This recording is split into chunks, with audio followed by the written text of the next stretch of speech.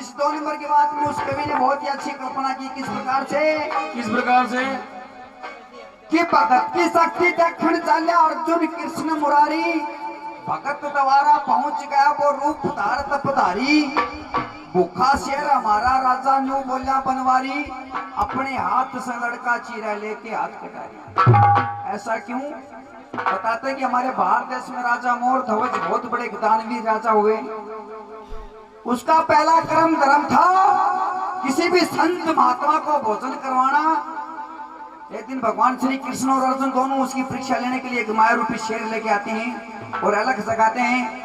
राजा मोर ध्वज द्वार पे खड़े हो जाते हैं, ये महाराज सबसे पहले भोजन ग्रहण कीजिए। तो श्री कृष्ण भगवान और अर्जुन दोनों कहते हैं महाराज सबसे पहले हमारा शेर भोजन करेगा, उसके बाद में हम भोजन करेंगे। ये महाराज बताइए आपका शेर क्या खाएगा? बताते हैं कि राजा मोर ध्वज की इकलौती संतान थी जिसका रतन कंवर नाम था। आपका बेटा रतन कंवर है, आप और रानी दोनों मिलकर अपने बच्चे को बीच में से चीरो और आधा हिस्सा हमारे शेर को डालो, तब हम भोजन करेंगे। इतनी कड़ी परीक्षा उस परमात्मा ने मेहरबानों। बताते हैं कि राजा रानी ने मिलकर अपने बच्चे के 2 टूक कर डाले, आधा हिस्सा शेर को डाल दिया। आंखों में आंसू तक नहीं आए और हाथ जोड़ के खड़े हो कि महाराज अब तो भोजन ग्रहण करो। नहीं राजन, हम तो आपके पुत्र के साथ में बैठ के भोजन करेंगे। ये महाराज मेरे लड़के को तो आपने कटवा दिया, बताइए कहाँ से आएगा मेरा लाल? लेकिन बताते जब राजा मोर ध्वज आवाज लगाता तो महल के अंदर से आवाज आती कि पिताजी मैं महल के अंदर खेल रहा हूँ।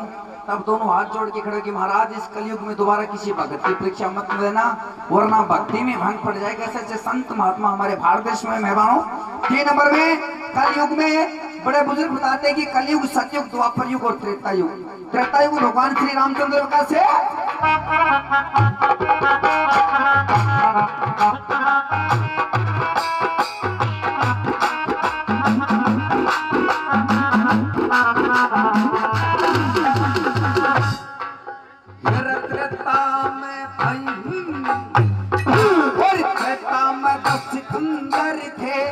रावण ने करी खवाई, 4 वेद के क्या थे पता फिर भी क्यों अकल मारी।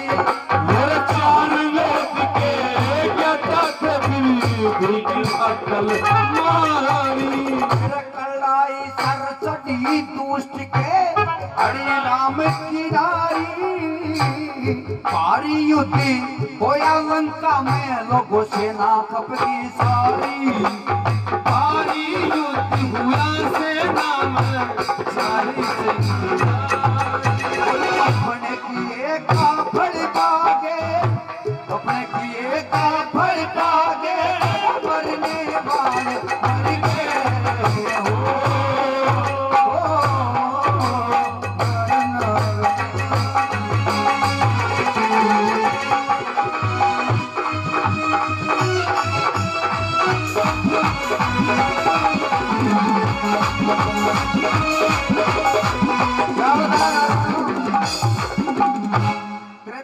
सिकंदर थे, रावण ने करी खबारी, 4 वेद के ज्ञाता थे बता फिर भी क्यों अकल मारी। या कड़ाई सर चढ़ी दुष्ट काढ़ी राम की नारी, भारी युद्ध होया लंका में सेना खपगी सारी। उस रावण का सर मृत्यु छाई जब लंका में बंदर फिर गए, विनाश काले विपरीत बुद्धि, रावण की बुद्धि भ्रष्ट हो गई, माता सीता का हरण कर लिया। मेहरबानों पहला 4 वेद जाने करता, ऋग्वेद, सामवेद, यजुर्वेद, वेद, अर्थवेद और आजकल वेदा को जानकार है को ठाडो काम हो रहा है। और ना न्यू को मेरा वेद जो काला हमें को धोड़ा हमें कहीं तो न्यू को मेरा आप नीचे लागे ऊपर लागे। इतनी पढ़ाई लिखाई होगी मेहरबानों। एक बार हमारे ये सुरजीत जी ने चूरू पानी प्रोग्राम करने चले गया, जे कोटे को भाई बोले ताला ग्राम में पानी को लोटो ला रहे, तुम छोड़ो कौन समझदार बोल मारा कर तो दूर पड़े, बोले यार तारा कर दूर पड़े ना शाम में घर लेते हैं काम को तू बोला मासे जी मारतन कैसा कर बिगड़े बोला दिन होगा वो तेरी का 8 साल का सागर बिगड़ भी की बताओ। बोले यार ऐसा कर बिगड़ के तुम परला ग्राउंड लाते, बोले नहीं तो बिगड़वाई हूं कैसा कर बड़ा पानी नहीं लागे। तो मेहरबान तो संतों की बात कम जाने। और आखिरी में उस कवि ने बताया कैसे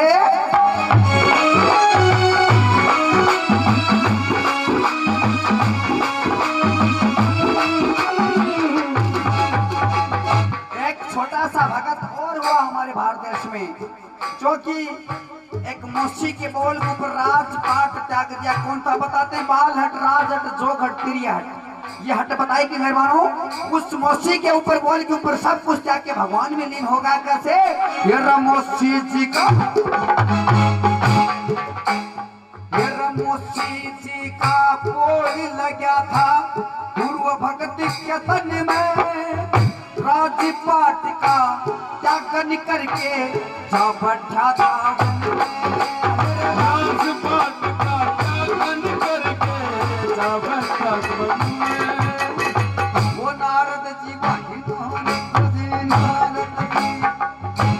नारद जी उपदेश दिया जब हरि मिले दर्शन में, जाति वाला दादा लक्ष्मी चंदी जब बैठा स्वर्ग भवन में।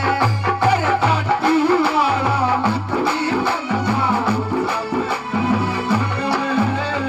अपने धर्म पे हो, अपने धर्म पे कायम हो कर गिरने वाले गिर गए। मेरी जिंदगी